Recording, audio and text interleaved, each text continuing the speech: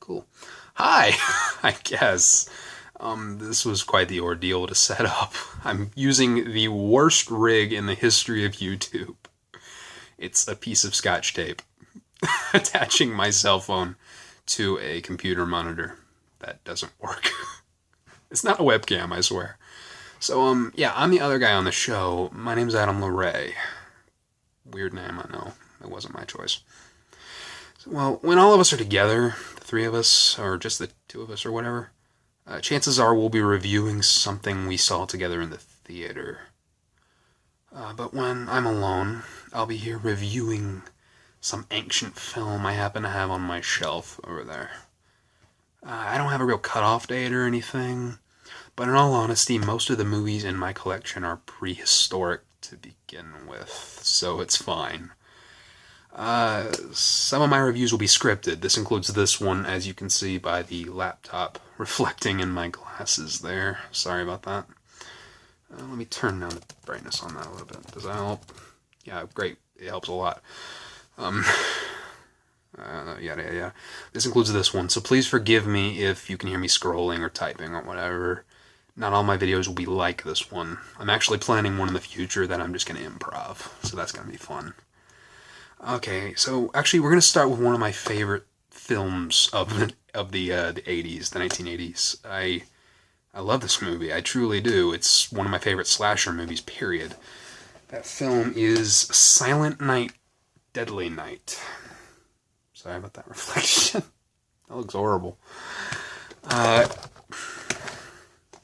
Very professional. Which I recently picked up on Blu-ray. On a side note, the Blu-ray conversion is kinda token. Because who hasn't wanted to see the cigarette burns in Silent Night, Deadly Night in stunning HD? It's great. So anyway, Silent Night, Deadly Night. The film came out in 1984 and was immediately gangbanged by a horde of concerned suburban mothers. Makes sense. How dare these filmmakers produce a violent film about a beloved holiday? Unless, of course, that film is Halloween or Independence Day, in which case it's perfectly fine. Seriously, though, this film was torn to pieces by people everywhere who just didn't get it. They just didn't get it. Apparently there was a serious problem back then about parents rather, taking their kids to see movies without checking the rating. This was a big problem in the 80s and before, actually. But that doesn't excuse the fact that these parents had to say the words 3 for Silent Night, Deadly Night, or 2 for Silent Night, Deadly Night. The key word here is deadly. This is a thing that parents had to say to take their kids to see this movie. And they didn't catch on that it's a horror film. Good job. I love this species that I have to call my own. Yada yada yada. Even megastar Mickey Rooney got all up in arms about the immorality of this film, saying, quote, "The scum who made that movie should be run out of town." That wasn't even an attempt at an impression. I don't know what that was. A strong point from an equally strong actor. A point which was only underscored by him starring in Silent Night, Deadly Night 5. 7 years later. Obviously, he did so ironically.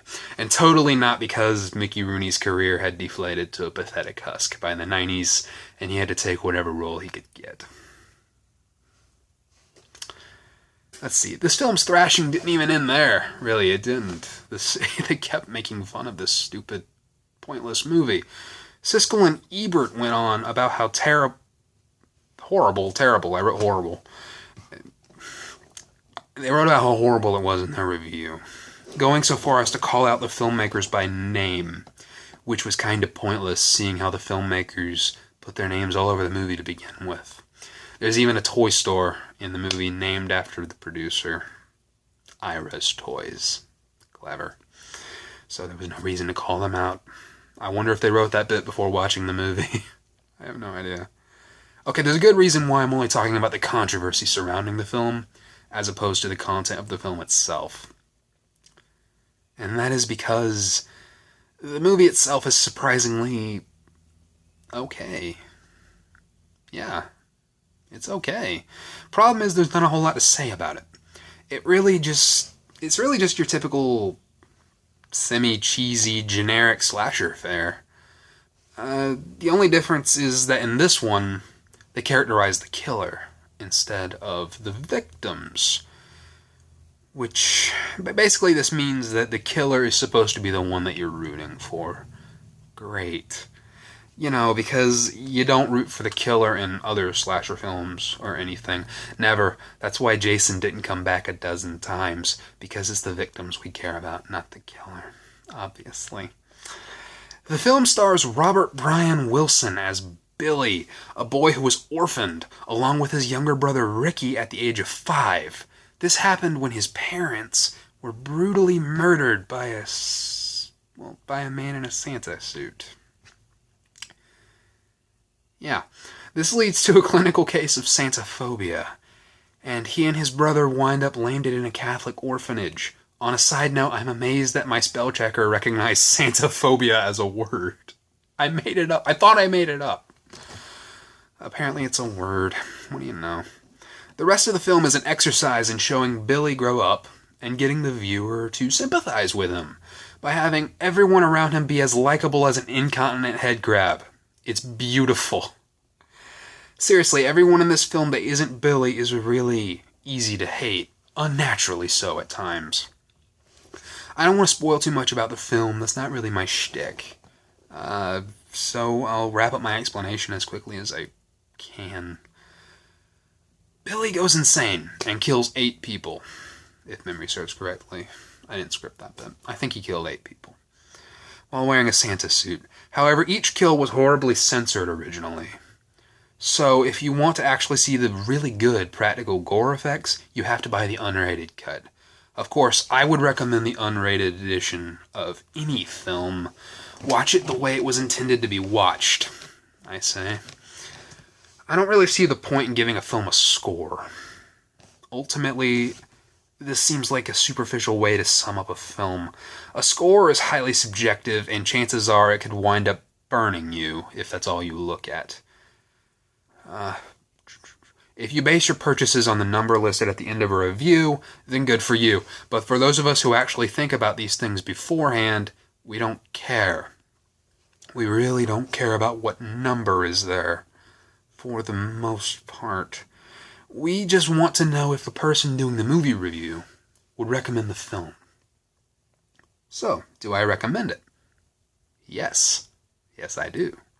I highly recommend this film.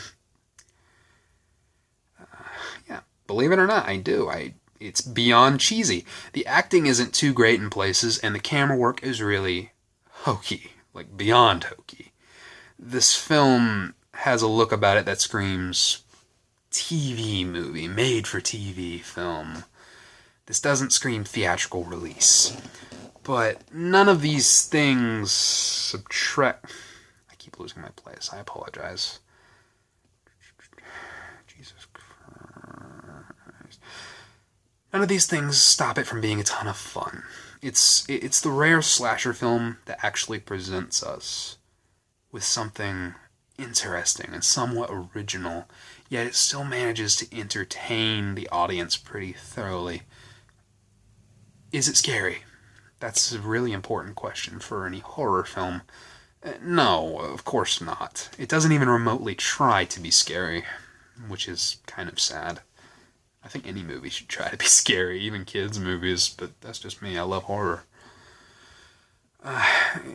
Yeah, it still manages to entertain the audience pretty thoroughly. Yeah, I already said that. It's just a slasher flick, plain and simple. It's not trying to be that scary. Honestly, if Friday the 13th scares you, this movie might. It might scare you a little bit. This is more of a psychological thing than a gore-in-your-face type movie, especially if you get the censored cut.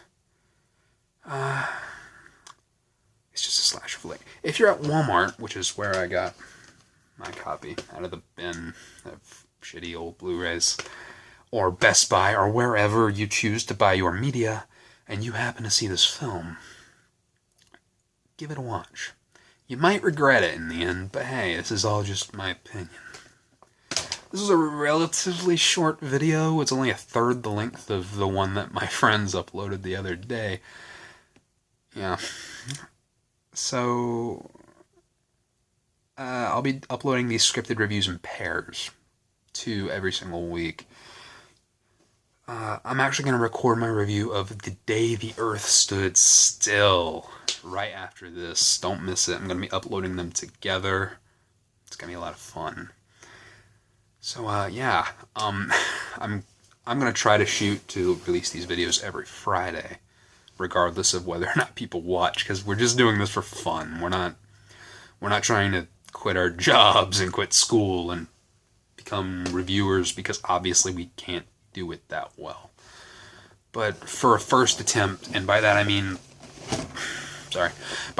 like a 5th attempt, because the phone kept ringing and other stuff, and this was hard to film. For first attempt, I think I did okay. I don't know. Yeah, I'm going to try to upload on Friday, sometimes Saturday. Today's Saturday, obviously.